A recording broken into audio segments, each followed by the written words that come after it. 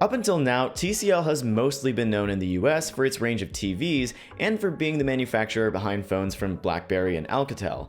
But in 2020, it's looking to establish itself as its own brand in the mobile space, and it's starting that push with the TCL 10 Pro.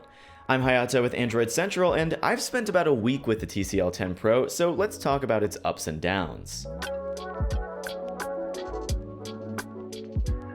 First impressions matter, and the TCL 10 Pro is off to a great start with fantastic hardware. For context, this is a $450 phone, and in that price range, you don't always get this kind of curved glass on both sides of the phone. I love the feeling of the frosted back panel, and the light to dark gray gradient on my unit looks really nice. There's also no camera bump whatsoever on this phone, with all four of its lenses sitting totally flush in this glossy strip, flanked by two LED flashes for some reason.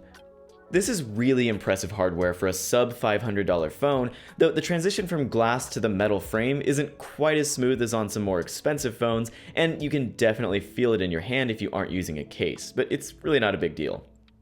There's also an IR blaster next to the headphone jack up top, which is a sentence I haven't gotten to say in a long time, and it's nice. You can use it to control your TV without needing your remote control. I'm not really sure why this feature disappeared from other phones in the first place.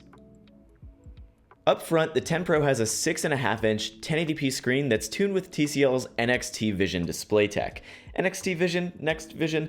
Anyway, it handles things like SDR to HDR conversion and automatically adjusts settings like contrast and saturation.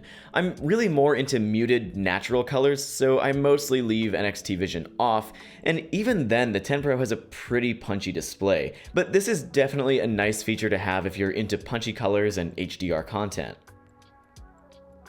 The 10 Pro is running Android 10 with TCL UI, and it's a pretty clean interface overall. There aren't too many pre-installed apps or duplicate features, and I like the customizable smart key that lets you launch various apps or actions with a single, double, or long press.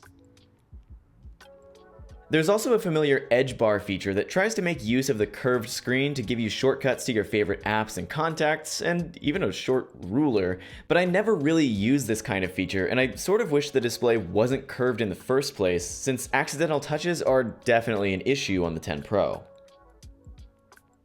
So let's talk about the cameras, because that's really where this phone starts to fall apart. The main camera of the four is a 64 megapixel sensor that shoots at 16 megapixels by default, and it's passable at best, but colors are way overdone.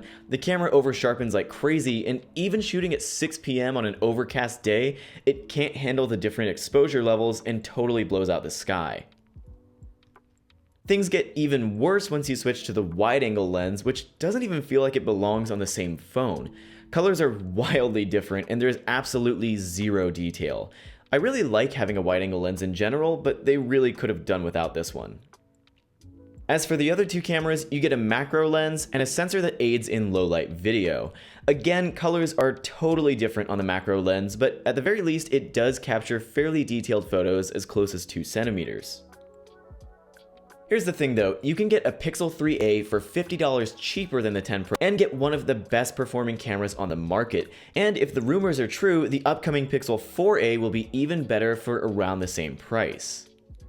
You can also pick up the Galaxy A51 or even the iPhone SE for the same $400 and once again get better cameras, or spend $50 more than the 10 Pro and pick up the OnePlus 7T, which has a 90Hz display and super flexible Oxygen OS software.